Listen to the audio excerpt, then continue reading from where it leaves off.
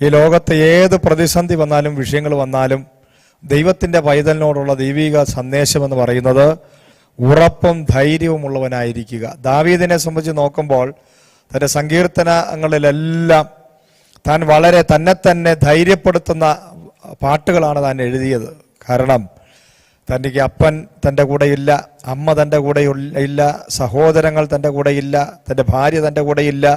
തൻ്റെ ജീവിതത്തിൽ ഈ അഭിഷേകം വന്നത് കൊണ്ട് മാത്രം തൻ്റെ ബന്ധുക്കൾ അല്ലെങ്കിൽ തൻ്റെ സഹോദരങ്ങളൊക്കെ തനിക്ക് എതിരായി ഒരു അഹങ്കാരിയാണിവൻ എന്ന് സ്വന്തം സഹോദരങ്ങൾ തന്നെ കുറിച്ച് പറഞ്ഞു. ഏകദേശം 20 വർഷത്തോളം ദാവീദ് ഒറ്റപ്പെട്ടവനായി മരുഭൂമിയിലൊക്കെ അലഞ്ഞു നടക്കുമ്പോൾ ദാവീദ് എന്ന് പറയുന്ന അഭിഷിക്തനിൽ നമ്മൾ കാണുവാൻ സാധിക്കുന്ന ഒരു പ്രത്യേകത എന്ന് പറയുന്നത് തൻ്റെ അകത്ത് എന്തുണ്ടായിരുന്നു? ധൈര്യമുണ്ടായിരുന്നു, ഉറപ്പുണ്ടായിരുന്നു. ആ ധൈര്യം ഉറപ്പുമാണ് തന്നെ നിലനിർത്തിയത്. എല്ലാവരും തന്നെ കൈവിട്ട് ഉപേക്ഷിച്ചു.